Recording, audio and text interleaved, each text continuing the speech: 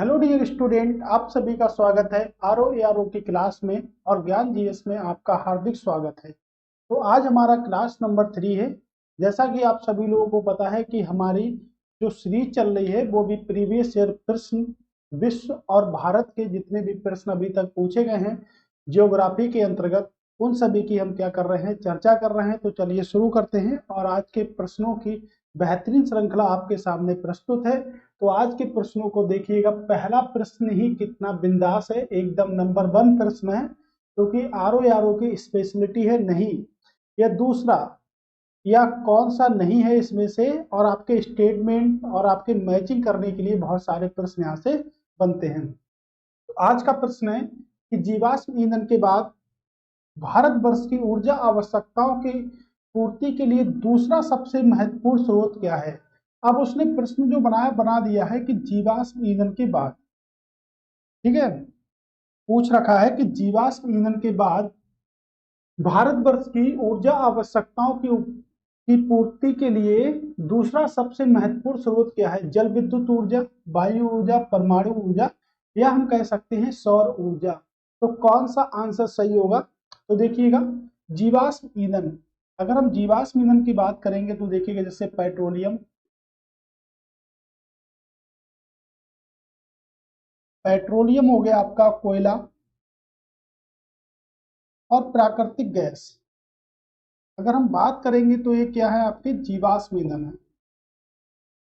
यहाँ आपके जीवाश्म ईंधन है, जैसे हम कह सकते हैं E3। तो इसके बाद जीवाश्म ईंधन की आपूर्ति के लिए पूछा है कि दूसरा सबसे बड़ा महत्वपूर्ण स्रोत क्या होगा। तो क्या होगा आपका सौर ऊर्जा।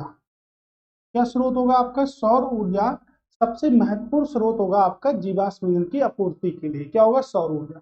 तो देखिएगा, प्रश्न पूछा ये भी जा सकता है कि निम्नलिखित में से कौन सा जीवाश्म ईंधन नहीं है। तो पेट्रोलियम हो गया, कोयला हो गया, प्राकृतिक गैस हो गए, ये सब क्या है, आपके जीवाश्म ईंधन है। ठीक है, चलिए अगले अगले प्रश्न चलने से पहले कुछ कॉन्सेप्ट एक और समझ लेते हैं। जैसे यहाँ पर लिखा आपके प्राकृतिक गैस, तो मैं आपकी 3 बात करूंगा। एक तो बात करूंगा मैं आपसे एलपीजी। क्या बात करनी है? एलपीजी, याद रखिएगा। एक बात है हमारी एलपीजी। दूसरी अगर मैं बात करूंगा सीएनजी, ठीक है। और तीसरी बात मैं कर ही रहा हूं नेचुरल गैस की। ये कॉन्सेप्ट हमने इसलिए लिया है क्योंकि इसमें नाम आता है आपके नेचुरल गैस का। तो अगर यहां से हम बात करेंगे तो देखिएगा कुछ पॉइंट पे, अगर पूछा जाए कि एलपीजी का मुख्य अवयव क्या है, सीएनजी का मुख्य अवयव क्या है, नेचुरल गैस का मुख्य अवयव क्या है, तो ये प्रश्न बहुत पूछे जाते हैं। ये हर प्रश्न पत्र में पूछे जाते हैं। यहाँ नहीं तो आपके साइंस के अकॉर्डिंग पूछे जाएंगे, लेकिन पूछे जरूर जाएंगे। तो एलपीजी का मुख्य अवयव क्या है? तो एलपीजी का मुख्य अवयव है आपका ब्यूटेन। क्या है मुख्य अवयव? ब्यूटेन है। उसके बाद सीएनजी का अगर मुख्य अवयव की बात करेंगे तो मीथेन, और बात करेंगे नेचुरल गैस का जो मुख्य अवयव है उसे क्या कहते हैं? तो उसे भी क्या कहते हैं? मीथेन कहते हैं। तो यहाँ पर मीथेन होता है, ए भी मीथेन है, ए भी मीथेन है। लेकिन अगर बात करें यहाँ की, तो एलपीजी का मुख्य अवयव क्या होगा? तो एलपीजी का जो मुख्य अवयव होगा वो क्या होगा आपका? ब्यूटेन जो होगा वो एलपीजी का मुख्य अवयव होगा। लेकिन अगर आपके नेचुरल गैस और बात करते हैं सीएनजी यानी कंप्रेस्ड नेचुरल गैस की अगर बात करते हैं तो मुख्य अवयव क्या होगा आपका? मीथेन होगा। लेकिन लिक्विड पेट्रोलियम गैस की अगर बात करते हैं तो मुख्य अवयव क्या होगा आपका? ब्यूटेन होगा। ठीक है, क्या होगा मुख्य अवयव? तो आपका ब्यूटेन होगा। तो इस तरह ये प्रश्न हमारा कंप्लीट हुआ। फिर निम्नलिखित में से कौन सा दर्रा पश्चिमी घाट पर्वत श्रृंखला में नहीं है? देखिएगा क्या है, नहीं है। ठीक है, तो पश्चिमी घाट पर्वत श्रृंखला में कौन सा दर्रा है वो नहीं है। पहले तो बात करेंगे पश्चिमी घाट, तो पश्चिमी घाट को हम सह्याद्री के नाम से भी जानते हैं। किस नाम से जानते हैं? तो सह्याद्री के नाम से भी पश्चिमी घाट को जानते हैं। ये भी आप याद रखिएगा। और पश्चिमी घाट भारत का क्या है? हॉट स्पॉट केंद्र भी है। हॉट स्पॉट सेंटर के अंतर्गत भी आता है आपका पश्चिमी घाट। तो हॉट स्पॉट सेंटर की अगर बात करेंगे, भारत में 4 हॉट स्पॉट सेंटर हैं जिसमें पश्चिमी घाट आपका आता है। पूर्वी घाट हॉट स्पॉट का हिस्सा नहीं है, पश्चिमी घाट हो गया आपका। दूसरे अगर बात करेंगे तो कौन सा होगा? इंडो बर्मा क्षेत्र। इंडो बर्मा क्षेत्र। तीसरे की बात करेंगे तो हिमालय क्षेत्र, और हिमालय क्षेत्र के बाद बात करेंगे तो सूडालैंड। ये क्या है आपके हॉट स्पॉट क्षेत्र आते हैं, जिन क्षेत्रों में सबसे अधिक जैव विविधता जो पाई जाती है वो आपके इन क्षेत्रों में पाई जाती है। तो पश्चिमी घाट को सह्याद्री के नाम से जानते हैं, और पश्चिमी घाट के जो हॉट स्पॉट क्षेत्र जो आता है, तो पश्चिमी घाट किसकी श्रेणी में आता है? आपकी हॉट स्पॉट की श्रेणी में भी आता है। तो प्रश्न है कि पश्चिमी घाट जो है उस पर्वत श्रृंखला में कौन सा दर्रा या घाट नहीं आता है? ठीक है, तो देखिएगा थाल घाट आता है, बिल्कुल आता है। भोर घाट ये भी आता है, पाल घाट ये भी आता है। तो खैबर दर्रा कहाँ आता है? तो खैबर दर्रा आप सभी लोगों को पता है कहाँ पर आता है, ये आपके पाकिस्तान में आता है। कहाँ पर आता है? तो ये आपके पाकिस्तान में आता है। ठीक है, ये क्या करता है आपको, तो ये काबुल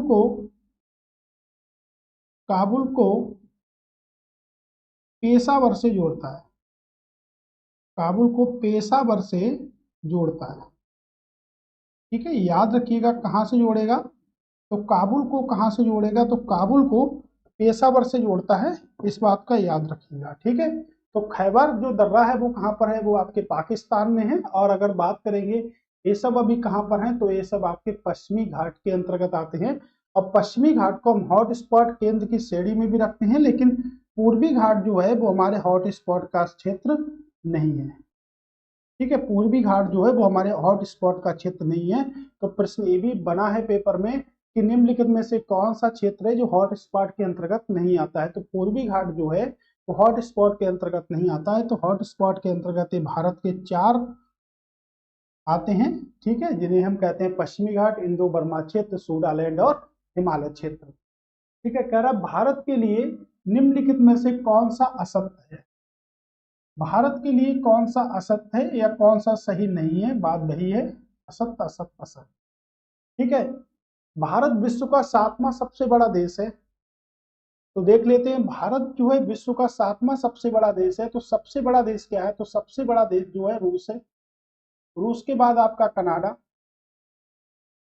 कनाडा के बाद आपका चीन। ठीक है, ये देखिए 3 देश, यानी कि विश्व के सबसे बड़े जो 3 देश है उन्हें कहते हैं रूस, कनाडा, चीन। क्या कहते हैं? रूस, कनाडा, चीन। विश्व के सबसे बड़े 3 देश आते हैं जिन्हें कहते हैं रूस, कनाडा और चीन। उसके बाद किसका नाम होगा? तो उसके बाद आपका जो नाम होगा, ठीक है, एक सेकेंड,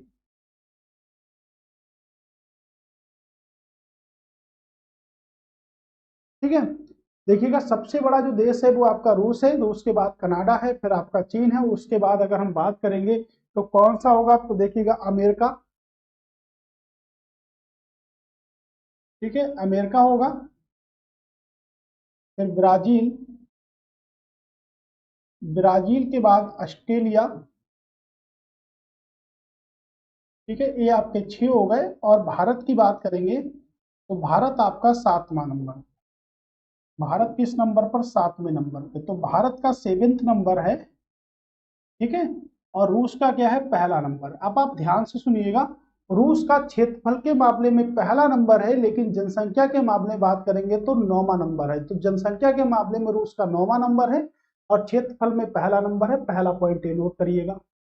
दूसरा पॉइंट यह है कि जनसंख्या के मामले में पहला नंबर किसका है? चीन का है। और दूसरा नंबर जनसंख्या के मामले में किसका है? भारत का है। तो भारत का जनसंख्या की दृष्टि से विश्व का दूसरा स्थान है। ये भी ठीक है और ये भी ठीक है। ठीक है, जनसंख्या की दृष्टि से पहला किसका है? तो पहला चीन का है, लेकिन दूसरा किसका है? दूसरा आपके भारत का है। तीसरा है कि इसकी भूमि सीमा का विस्तार 15,200 है। तो बिल्कुल ठीक है, 15,200 है। सर्वप्रथम सूर्य उदय मिजोरम राज्य में होता है। गलत है, कहां पर होता है? आपके अरुणाचल प्रदेश में होता है।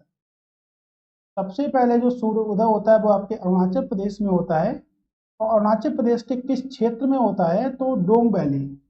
अरुणाचल प्रदेश की एक घाटी है जिसमें कहते हैं डोंग वैली। तो डोंग वैली के जो क्षेत्र में सबसे पहले सूर्योदय होता है, इसीलिए अरुणाचल प्रदेश को सूर्य उदय का राज्य भी कहा जाता है, या देश भी हम कह सकते हैं। सूर्य उदय का देश किसे कहते हैं? आपके अरुणाचल प्रदेश को कहते हैं। ठीक है, किसको कहते हैं? तो अरुणाचल प्रदेश को सूर्य उदय का देश भी कहते हैं। इस बात को याद रखिएगा आप लोग। ठीक है, बहुत ज्यादा इंपॉर्टेंट है। क्या कहते हैं? डोंग वैली में। तो कहां पर है, ये भी प्रश्न बन सकता है कि डोंग वैली कहां पर है। तो आपके अरुणाचल प्रदेश में क्या है? डोंग वैली है। तो आप लोग इतनी बात सीख चुके हो, लेकिन उसके बाद अगर मैं बात करूंगा, देखिएगा, एक है हमारे पास में विश्व, उसके बाद है भारत, और उसके बाद हम जैसे यूपी का पढ़ते हैं तो यूपी की बात कर लेते हैं। ठीक है, हमारे पास तीन स्टेज है, एक है विश्व, दूसरा है भारत, और तीसरा है आपका प्रदेश जो कि है उत्तर प्रदेश। ठीक है, उत्तर प्रदेश आर ओ में आपके उत्तर प्रदेश से ही पूछा जाएगा। ठीक है, अब यहाँ पे हमारा पॉइंट ये बन सकता है कि विश्व की तुलना जो है, यानी कि भारत की तुलना किससे करेंगे? विश्व से करेंगे, और राज्य की तुलना किससे करेंगे? भारत से। अब यहाँ पे जनसंख्या के मामले में है, तो अगर पूछा जाए कि विश्व के अनुसार भारत की जनसंख्या कितने प्रतिशत है, विश्व के अनुसार भारत की जनसंख्या कितने प्रतिशत है, तो विश्व के अनुसार भारत की जो जनसंख्या है वो कितनी है? 17.5% है। याद रखिएगा डाटा, विश्व के अनुसार भारत की जनसंख्या कितने प्रतिशत है? तो 17.5% है। और उत्तर प्रदेश की जनसंख्या भारत के अनुसार कितने प्रतिशत है? तो 16.5%। याद रखिएगा इस डाटा को, देखिएगा, ध्यान से समझिएगा। विश्व के अनुसार भारत की जनसंख्या कितने प्रतिशत है? 16.5% है। और उत्तर प्रदेश की जनसंख्या भारत के अनुसार कितनी है? तो 16.5% है। और भारत के अनुसार विश्व का कितना है? विश्व के अनुसार भारत का 17.5 है। लेकिन तुलना हमने यहां से कर ली है। और यहीं पर अगर हम बात करेंगे कि विश्व के अनुसार भारत का क्षेत्रफल कितना है, तो विश्व के अनुसार भारत का क्षेत्रफल कितना है? 2.42% है। और भारत के अनुसार उत्तर प्रदेश का क्षेत्रफल कितना है? तो भारत के अनुसार उत्तर प्रदेश का क्षेत्रफल कितना है? 7.33 है। ठीक है, 7.33। तो ये जो डाटा आपका है, एक इसका है, ये क्षेत्रफल का है, और ये डाटा है वो किसका है? आपके जनसंख्या का है। ठीक है, किसका डाटा है? आपके जनसंख्या का।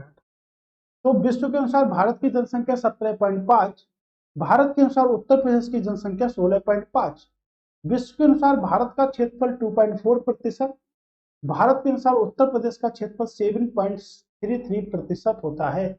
और ये बहुत आता है आपका। अगर यहीं पर बात करेंगे जनसंख्या दिवस कब बनाते, तो जनसंख्या दिवस बनाते हैं 11 जुलाई को।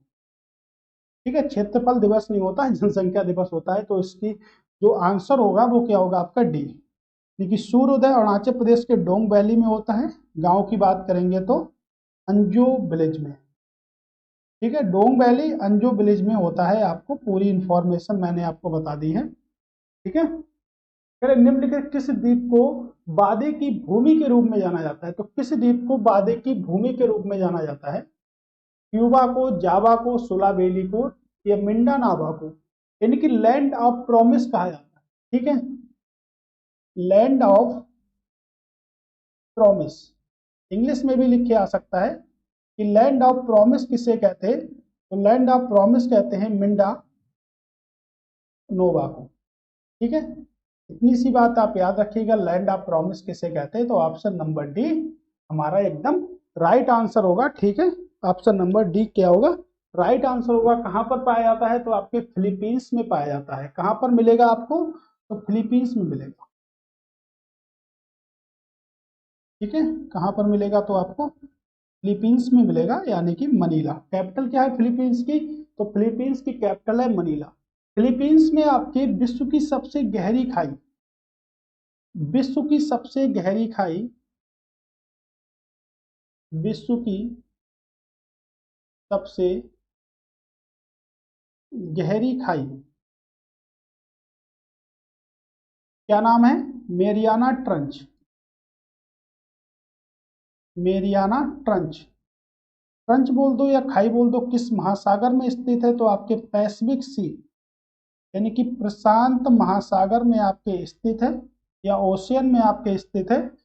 तो प्रशांत महासागर में आपके स्थित है। कौन सी? आपकी मेरियाना ट्रेंच, जो विश्व की सबसे गहरी खाई है, जिसकी गहराई जो है 11.2 किलोमीटर है। और एक किस देश में है? तो आपके फिलीपींस में है। कितनी किलोमीटर है? 11.2 किलोमीटर। ठीक है, कितना है? 11.2 किलोमीटर है। ओके, चलिए अगला प्रश्न। निम्नलिखित में विश्व मछली का सबसे बड़ा उत्पादक देश कौन सा है? पूछा है कि विश्व में मछली का सबसे बड़ा उत्पादक देश कौन सा है? तो मछली का सबसे बड़ा उत्पादक कौन सा होगा? जापान, इंडिया, रूस या यूएसए? तो देखिएगा, भारत नहीं है तो भारत कह सकते हैं, भारत दूसरे नंबर पर। भारत क्या है? दूसरे नंबर पर है। तो पहले नंबर पर क्या होगा? तो पहले नंबर पर क्या होगा आपका? चीन। तो चीन जो है वो मछली के उत्पादन में पहले नंबर पर है। अगर दूसरे नंबर की बात करेंगे भारत, तीसरे नंबर की बात करेंगे तो इंडोनेशिया,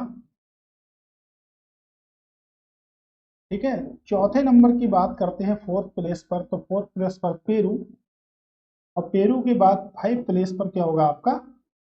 यूएसए। तो इसमें क्या होगा आपका? ठीक है, क्या होगा आपका? चीन। ठीक है, चीन राइट आंसर इसका होगा। अब अगर बात करें कि मछली, ठीक है, मछली से एक क्रांति संबंधित होती है, यानी कि मछली उत्पादन से एक क्रांति संबंधित होती है, जिसे कहते हैं मत्स्य क्रांति। क्या कहते हैं? मत्स्य क्रांति कहते हैं।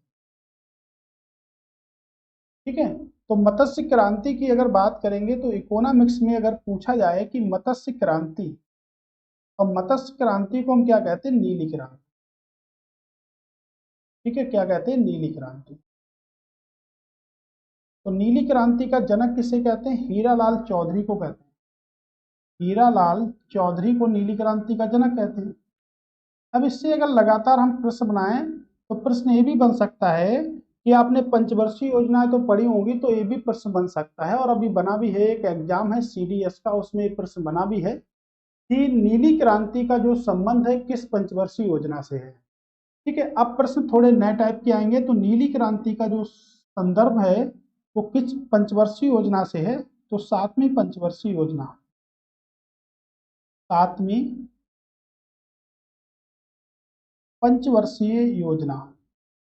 तो सातवीं पंचवर्षीय योजना की जो शुरुआत की गई थी वो 1985 से लेके 1990 के अंतर्गत की गई थी। तो हम कह सकते हैं कि जो नीली क्रांति या जो मछली उत्पादन से संबंधित जो क्रांति थी वो 1990, 85 से 90 के बीच में रही होगी, और सातवीं पंचवर्षीय योजना के अंतर्गत नीली क्रांति की शुरुआत की गई थी, जिसके जो जनक है हीरालाल चौधरी हैं। और नीली क्रांति जो है मछली उत्पादन से संबंधित है, जिसे हम कहते हैं मत्स्य। ठीक है, तो सबसे बड़ा राष्ट्र जो है वो आपका चीन है, दूसरे नंबर पे भारत है। तो भारत मछली के उत्पादन में दूसरे नंबर पर है। ये भी प्रश्न आपके बनते हैं। ठीक है, अगला प्रश्न है कि निम्नलिखित में से किस देश की उसकी कुल ऊर्जा उत्पादकता का 99 जल विद्युत से प्राप्त होता है? तो 99 जो है किस देश की कुल ऊर्जा उत्पादकता का 99 जो है वो जल विद्युत से प्राप्त होता है? कितना? 99 जल विद्युत से प्राप्त होता है। कौन सा देश होगा? न्यूजीलैंड होगा, स्विट्जरलैंड होगा, नॉर्वे होगा, ब्राजील होगा? तो इसमें तो सिंपल सा आंसर हम लगा सकते हैं, कौन सा? नॉर्वे। नॉर्वे को अर्धरात्रि का देश भी कहते हैं। क्या कहते हैं? अर्धरात्रि का देश कहते हैं। ठीक है, अर्धरात्रि का देश कहते हैं, इस बात को भी आप याद रखिएगा। और 99% जो है वो किससे उत्पादित किया जाता है? तो वो जल विद्युत से क्या किया जाता है? उत्पादित किया जाता है नॉर्वे में। ठीक है, निम्नलिखित में से कौन सी गर्म जलधारा है? तो गर्म जलधारा की बात करेंगे, फोकलैंड जलधारा, ब्राजील धारा, लोबोडोर जलधारा या कैंडी जलधारा? तो पूछा है कि गर्म जलधारा, तो पहले तो ये पता होना चाहिए कि जलधारा जो होती है वो दो प्रकार की होती है। कैसे? तो जल, अगर धारा की बात करेंगे तो देखिएगा दो प्रकार की होंगी। एक तो होती है गर्म जलधारा, और एक होती है आपकी ठंडी जलधारा। ठीक है, तो क्या होती है परिभाषा? तो वह जलधाराएं जो निम्न अक्षांशों से उच्च अक्षांशों की ओर चलती हैं, जो निम्न अक्षांशों से उच्च अक्षांशों की ओर चलती हैं। ठीक है, जो निम्न से कहां चलेंगी? उच्च अक्षांशों की ओर चलेंगी। याद रखिएगा, जो निम्न अक्षांशों से उच्च अक्षांशों की ओर चलती हैं उन्हें हम गर्म जलधाराएं कहते हैं, और जो उच्च अक्षांशों से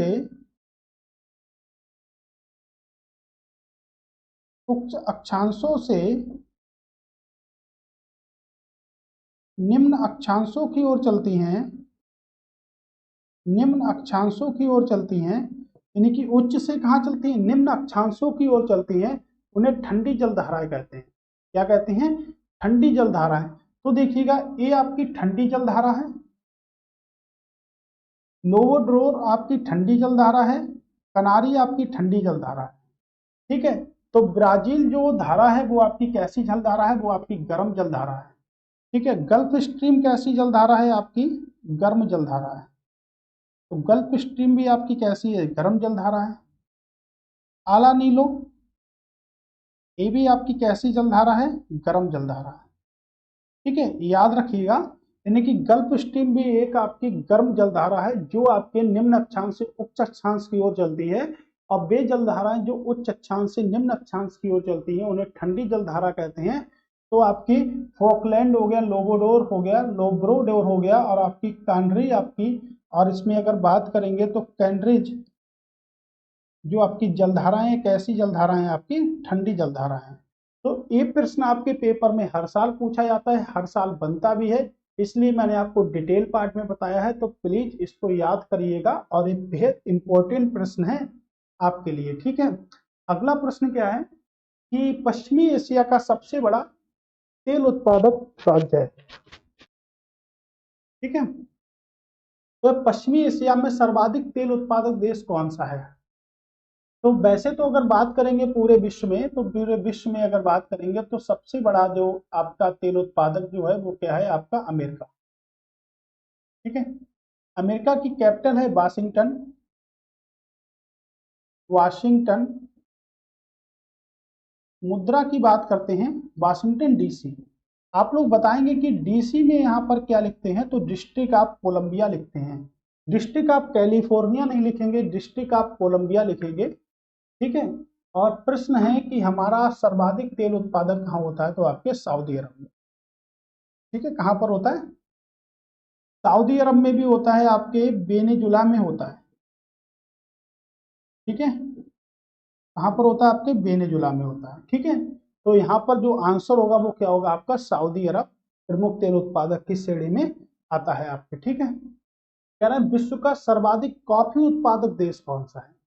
कल मैंने आपको बहुत अच्छे से पढ़ाया था कॉफी के बारे में, आज फिर से पढ़ लेते हैं, प्रश्न बना है तो फिर से पढ़ लेते हैं। और मैंने आपको बताया भी था कि इस प्रकार के प्रश्न पेपर बनते हैं। अब आप देखोगे ना, आप 2 वीडियो पढ़ चुके हो, तीसरी भी है ना, तो आपको अब पता चलेगा कि कितने क्वेश्चन हमारे यहाँ से बनते हैं। ठीक है, कल मैंने आपको बताया भी था। जैसे कॉफी की अगर बात करें, कॉफी की 2 प्रजातियां होती हैं, एक तो होती है अरेबिका,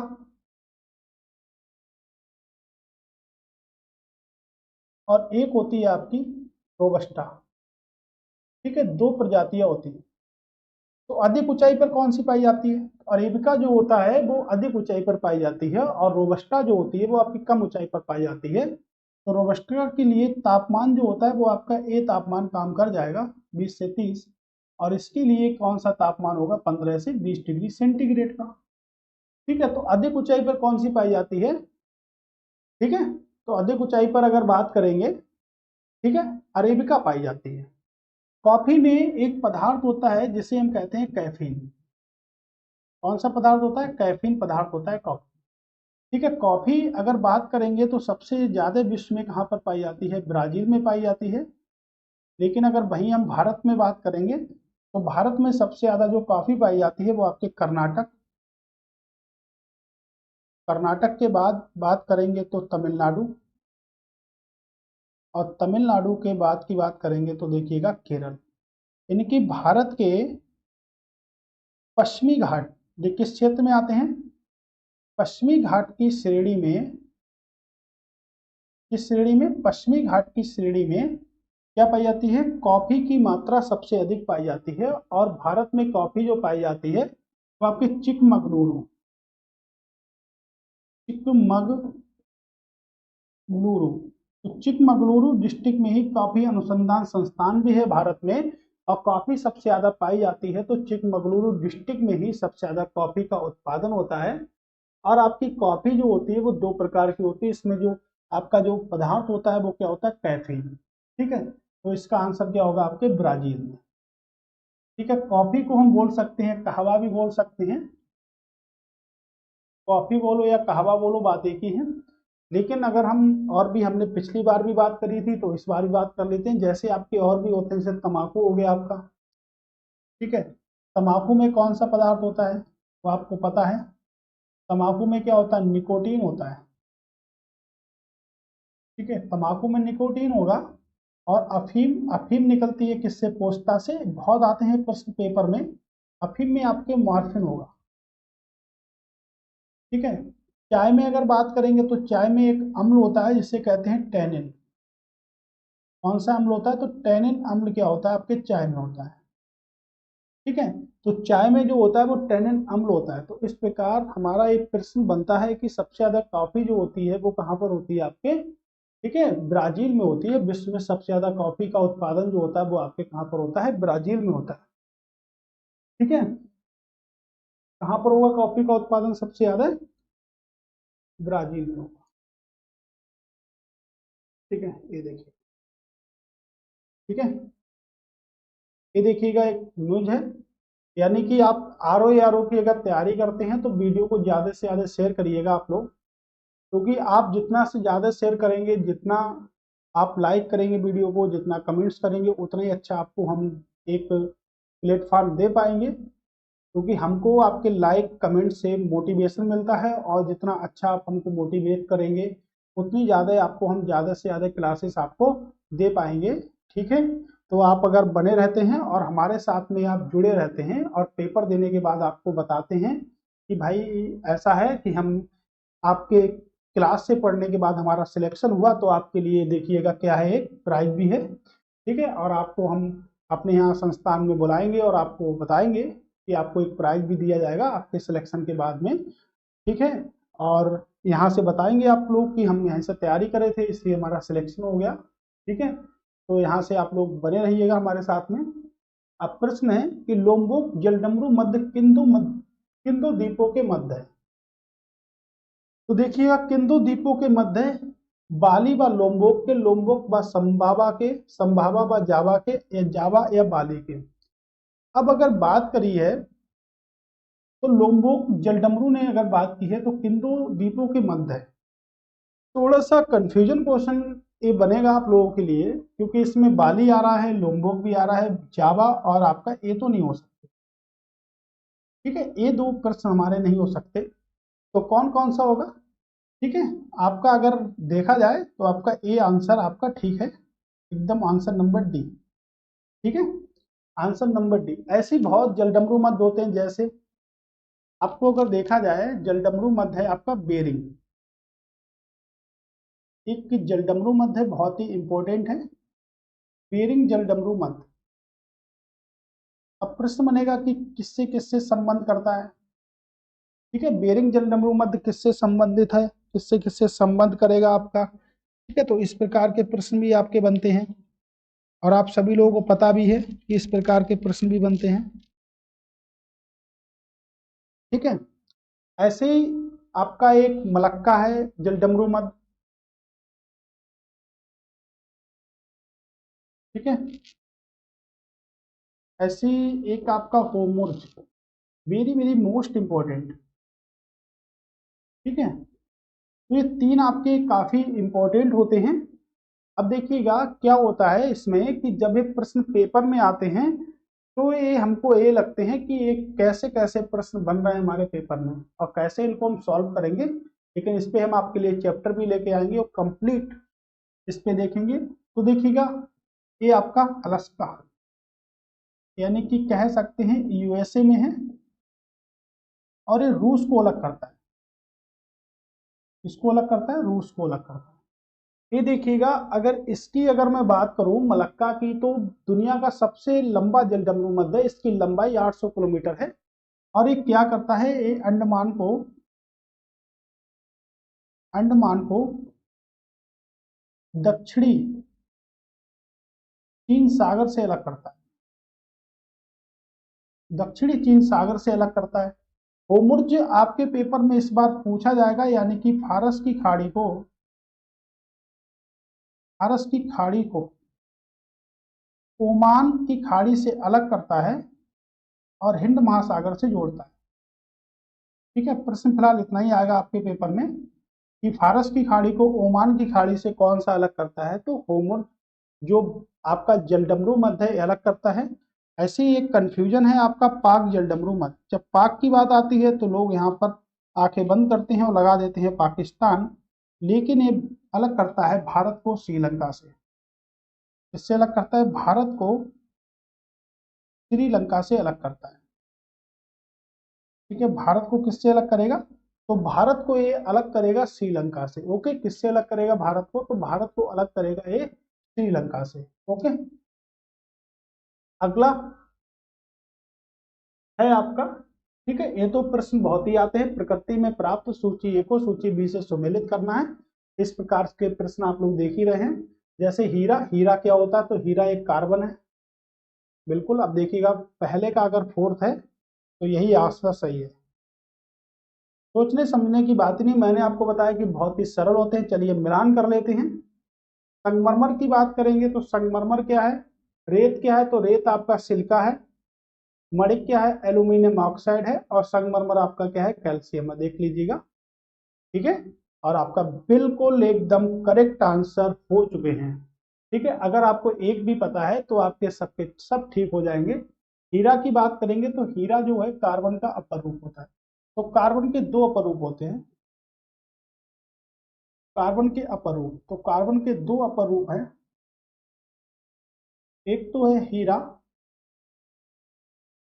हीरा, और दूसरा है आपका ग्रेफाइट।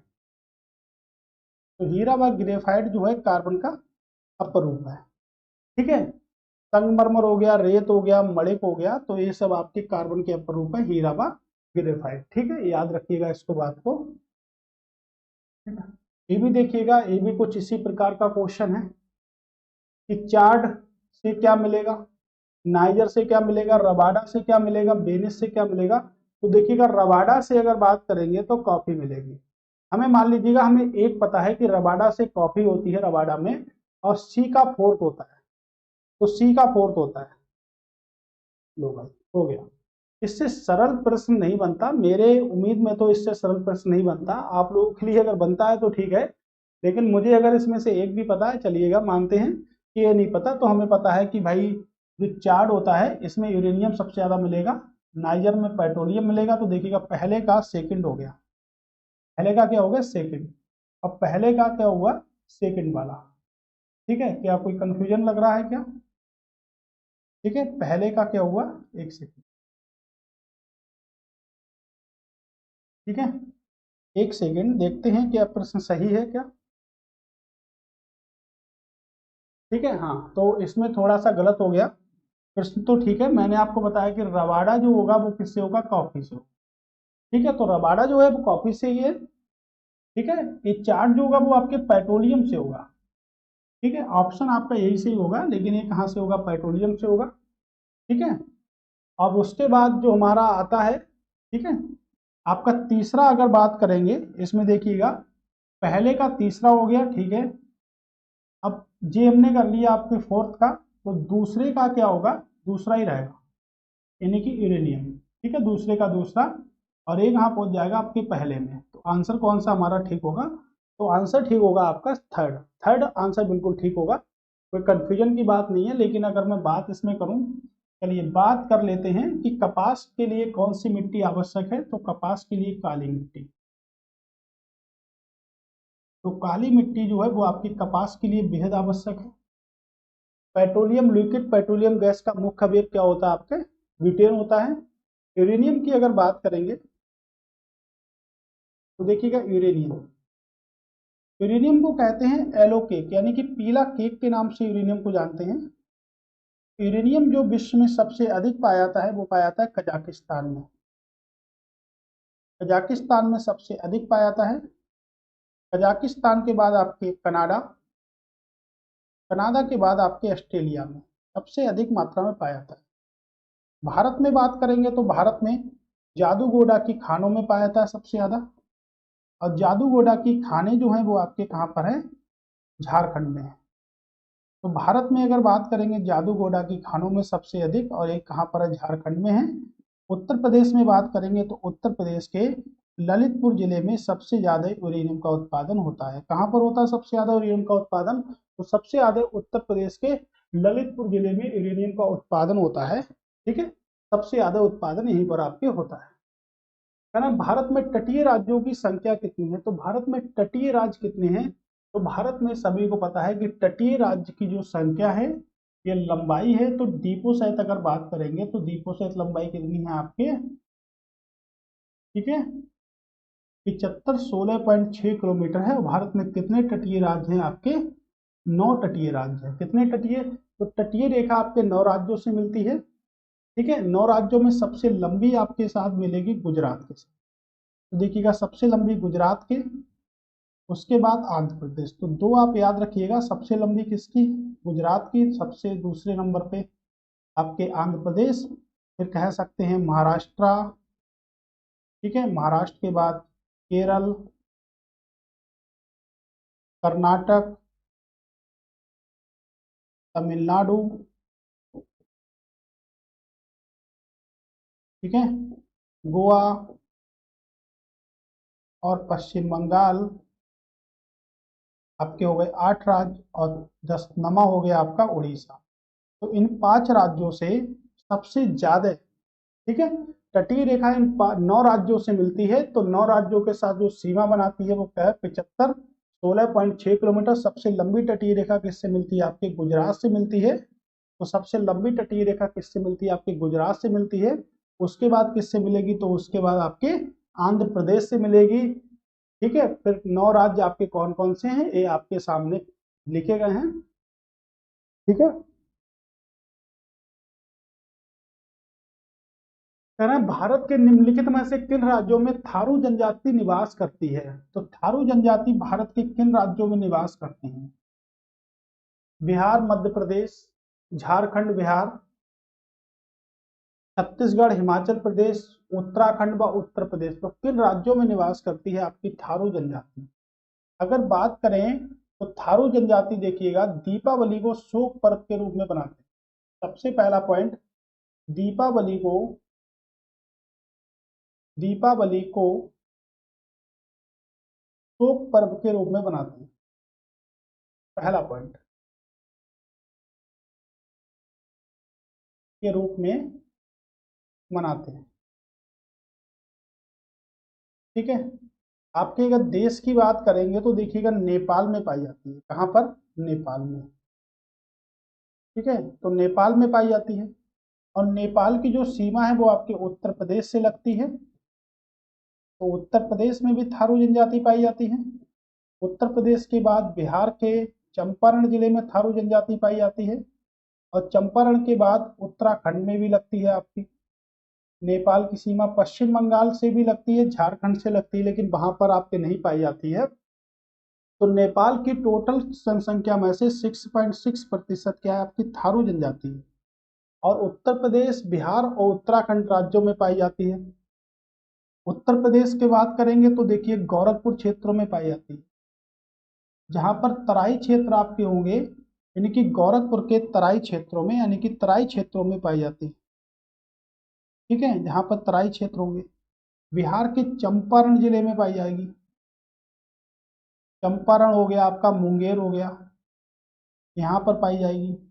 उत्तराखंड में आपके नैनीताल। ठीक है, किसमें? नैनीताल, उधम सिंह नगर, यहाँ पर पाई जाएगी। नैनीताल, उधम सिंह नगर में पाई जाती है। अब अगर प्रश्न बनता है कि थारू जनजाति फिर कहाँ, कौन सी मिट्टी में निवास करती है? तो देखिएगा मिट्टी कौन सी होगी? जलोढ़। तो जलोढ़ मिट्टी इनका मुख्य निवास स्थल होता है। ये भी है पॉइंट पे। ठीक है, तो जलोढ़ मिट्टी इनका मुख्य निवास स्थल होता है। तो आप देखिएगा कहाँ पाई जाएगी। देखिएगा बिहार मध्य प्रदेश में नहीं है, झारखंड बिहार में झारखंड में नहीं है, छत्तीसगढ़ में नहीं है, तो कहाँ पर उत्तराखंड व उत्तर प्रदेश के तराई क्षेत्रों में पाई जाती है। उत्तर प्रदेश व उत्तराखंड के तराई क्षेत्रों में पाई जाती है। ठीक है, अगला है, तो इन प्रश्नों की अगर बात करेंगे तो इनकी तो बात ही अलग है, क्योंकि यही प्रश्न आपके पेपर में सबसे ज्यादा पूछे जाएंगे। तो चलिए देखते हैं, गारो की बात करते हैं। एक तरफ पहाड़ियां हैं, एक तरफ राज्य हैं, कहाँ कहाँ पर है। अगर हम इस प्रश्न की डायरेक्टली बात यहाँ से कर दें तो देखिएगा, इनसे सरल और इनसे कठिन प्रश्न कुछ बनता नहीं। मैं तो मानता हूँ कि ये सबसे सरल प्रश्न है। ठीक है, जैसे अगर हमें एक भी पता है कि देखिएगा, गारो की अगर बात करेंगे तो कहाँ पर है, आपके मेघालय में है। ठीक है, तो देखिएगा ए वाला तो बिल्कुल गलत हो गया, ए वाली लाइन तो आपकी गलत होगी। ठीक है, क्योंकि मिरी की बात अगर करेंगे, अब देखिएगा कोल्लम मलाई की बात करेंगे तो जहां भी आपके मलाई मिलेगी वो सब तमिलनाडु में होंगे। तो आपका अगर तीसरे का अगर आपका चौथा बनता है तो ए भी आपका गलत हो गया, और तीसरे का आपका दूसरा बनता है, ठीक है, तो फिर हो सकता है सही हो जाए ये आपका। ठीक है, और ये तो आपको पता ही है कि 3 नंबर का यानी कि तमिलनाडु बनता है, तो ये तो गलत है। तो सही क्या होगा हमारा, ए वाला सही होगा। अब हम देख लेते हैं कि मिरी आपके कहाँ पर, अरुणाचल प्रदेश में, और डलमा आपके कहाँ पर, झारखंड में। ठीक है, तो इस तरह हमारा ए हो गया। ये सबसे सरल भी प्रश्न होते हैं और सबसे कठिन भी प्रश्न होते हैं। इनसे ना तो कोई सबसे सरल होता है, ना ही सबसे कठिन होता है। ये दोनों प्रकार के प्रश्न होते हैं और ये बहुत इंपॉर्टेंट है। इन प्रश्नों की बात करें तो ऐसे प्रश्न कम से कम आपके पेपर में बहुत ज्यादा पूछे जाएंगे। ठीक है, तो इस पर थोड़ा सा ध्यान दीजिएगा। पूछा है कि सही चुनिए, इसमें भी क्या चुनना है, आपको सही चुनना है। तो चुन लेते हैं, दुलस्ती बांध एक तरफ है, एक तरफ नदियां हैं। दुलस्ती बांध किस नदी पर है, तो देखिएगा चिनाब नदी पर है। चिनाब नदी पर है तो पहले का दूसरा नंबर हुआ, यानी कि ए वाला और ए वाले दोनों गलत हुए। अगर आपको एक भी पता, मान लेते हैं आपको उकाई पता है, उकाई बांध ताप्ती नदी पर है। ठीक है, तो तीसरे का तीसरा, अब देखिएगा या तो ये सही होगा या तो ये सही होगा। ठीक है, या तो ये सही होगा या तो ये सही, जो भी आपको एक पता होता है हम उसमें से डिस्कस कर सकते हैं कि कौन सा सही होगा। लेकिन ऊपर वाला तो पहले ही कट गया, तो हमारा आंसर सही होगा ऑप्शन नंबर डी, क्योंकि फोर्थ का तवा तवा में है और आपकी गांधी सागर कहाँ पर है, ठीक है, चंबल नदी पर है। चंबल नदी पर आपके 3 बांध हैं जहां हम खाते हैं गाजर। क्या खाते हैं, गाजर। गा से गांधी सागर, ठीक है, जा से बोले तो जवाहर सागर। जवाहर सागर, आप बता सकते हैं कि रा से क्या होगा, तो रा से अगर बात करें यहाँ पर तो रा से बोलते हैं राणा प्रताप सागर। राणा प्रताप सागर, ये सब बांध आपके किस नदी पर हैं, तो ये सब बांध आपके चंबल नदी पर। चिनाब नदी पर बात करेंगे तो वेरी वेरी मोस्ट इंपॉर्टेंट है, देखिएगा, बगली हार। बगली हार बांध कहाँ पर, चिनाब नदी पर। सलाल बांध कहाँ पर है, आपके चिनाब नदी पर। सभी प्रश्न पूछे जाते हैं। ठीक है, तो आप याद रखिएगा, 3 बांध आपसे इधर मिल गए, 2 बांध आपके यहाँ मिल गए, तो 5 बांध बहुत हैं। 4 बांध यहाँ पर, 10 बांध। एक प्रश्न में अगर 10 बांध पढ़ लिए तो बहुत ज्यादा है। ठीक है, चलिए अगला प्रश्न है कि निम्नलिखित में से कौन सा शैल समूह भारत में धात्विक खनिजों का महत्वपूर्ण स्रोत है। तो कौन सा शैल समूह है जो धात्विक खनिजों का महत्वपूर्ण स्रोत है। ठीक है, आपकी अगर बात, 4 ऑप्शन देखिएगा। गोंडवाना समूह की अगर बात करेंगे तो कोयला के सबसे अधिक भंडार। ठीक है, कोयला के सबसे अधिक भंडार, तो कोयला के सबसे अधिक भंडार जो पाए जाते हैं वो आपके यहीं पर पाए जाते हैं। ठीक है, कहाँ पर, गोंडवाना लैंड में।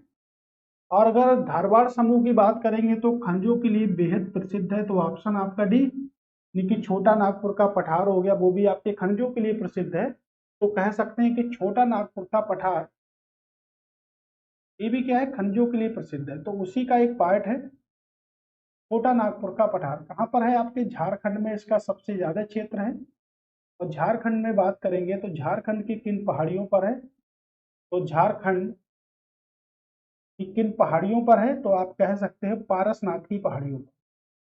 ठीक है, तो झारखंड की पारसनाथ की पहाड़ियों पर है।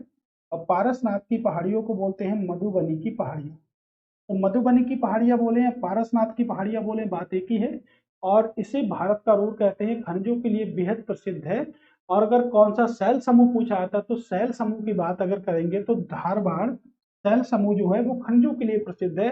कोयले के सबसे अधिक भंडार अगर बात करेंगे तो गोंडवाना समूह में पाए जाते हैं। कोयला 4 प्रकार का होता है, एंथ्रोसाइट होता है, बिटमिन्स होता है, लिग्नाइट होता है और पिट कोयला होता है।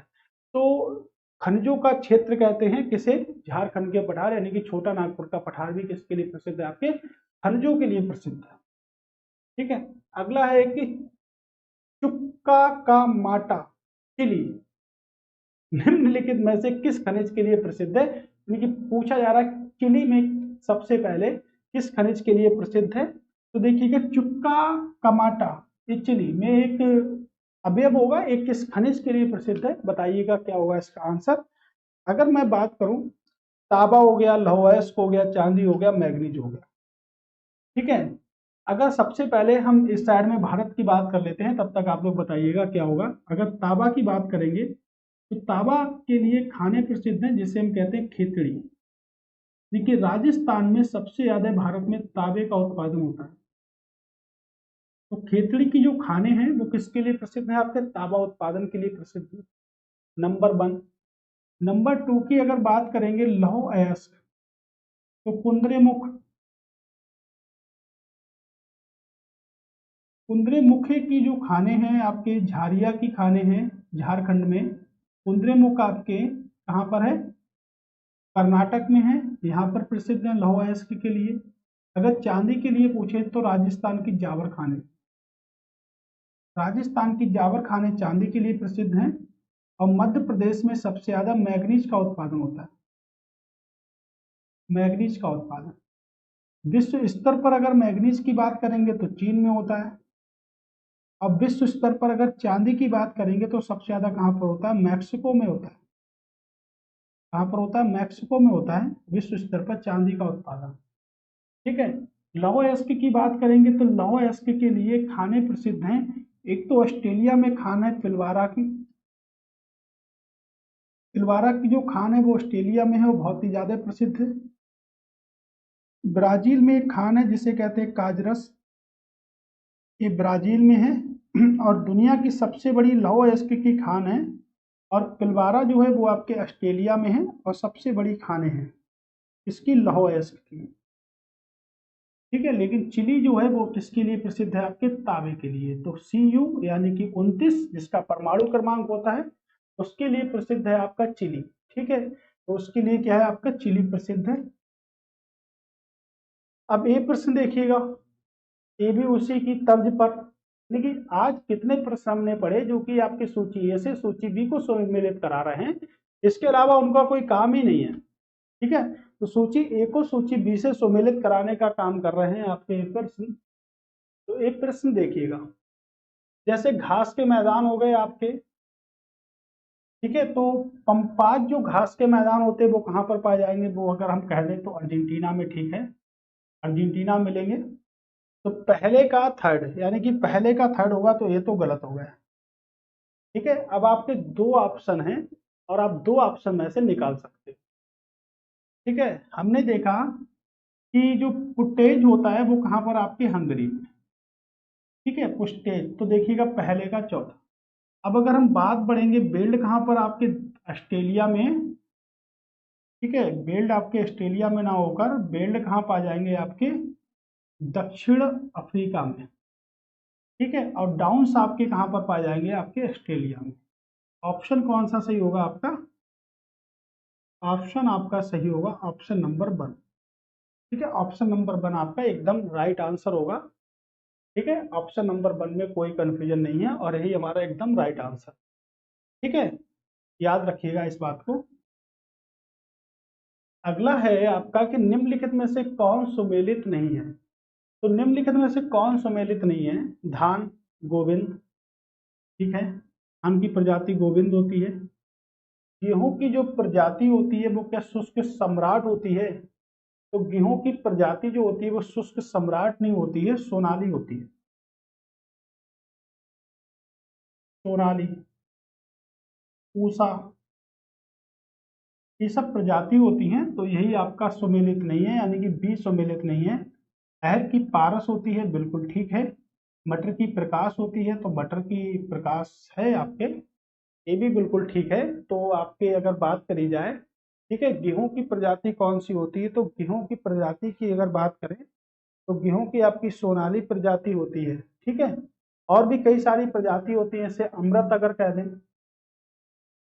अमृत किसकी प्रजाति है, आपकी गेहूं की है। शिवालिक किसकी प्रजाति है, तो ये भी आपकी गेहूं की है, ठीक है। तो इस प्रकार जो गेहूं की प्रजाति है वो आपके शुष्क सम्राट नहीं होती। तो आपको कमेंट्स बॉक्स में बताना है कि शुष्क सम्राट जो होती है वो किसकी प्रजाति होती है। अब शुष्क से एक नाम ध्यान मुझको आया, जिसे हम कहते हैं शुष्क बर्फ। क्या कहते हैं, शुष्क बर्फ। तो शुष्क बर्फ के नाम से किसे जानते हैं, तो शुष्क बर्फ के नाम से हम कार्बन डाइऑक्साइड को जानते हैं, ठीक है। तो शुष्क बर्फ किसे कहते हैं, तो शुष्क बर्फ हम कहते हैं कार्बन डाइऑक्साइड को हम क्या कहते हैं, शुष्क बर्फ कहते हैं। तो भाई दोस्तों, आज के प्रश्न हमारे यहीं तक थे, ठीक है। आज की जो कहानी थी वो हमारी यहीं तक थी। आज तक हम कुल मिला के 60 प्रश्न पढ़ चुके हैं, और ज्योग्राफी के आपके 60 प्रश्न बहुत ही अच्छे से तैयार हो चुके होंगे, उम्मीद है मुझको। ऐसे ही हम लगातार वीडियो में आपके समक्ष समाप्त कर देंगे ज्योग्राफी के सभी जितने भी प्रीवियस ईयर क्वेश्चन आए हुए हैं, ठीक है। अब हम दोबारा फिर से मिलेंगे। Thanks for watching, bye.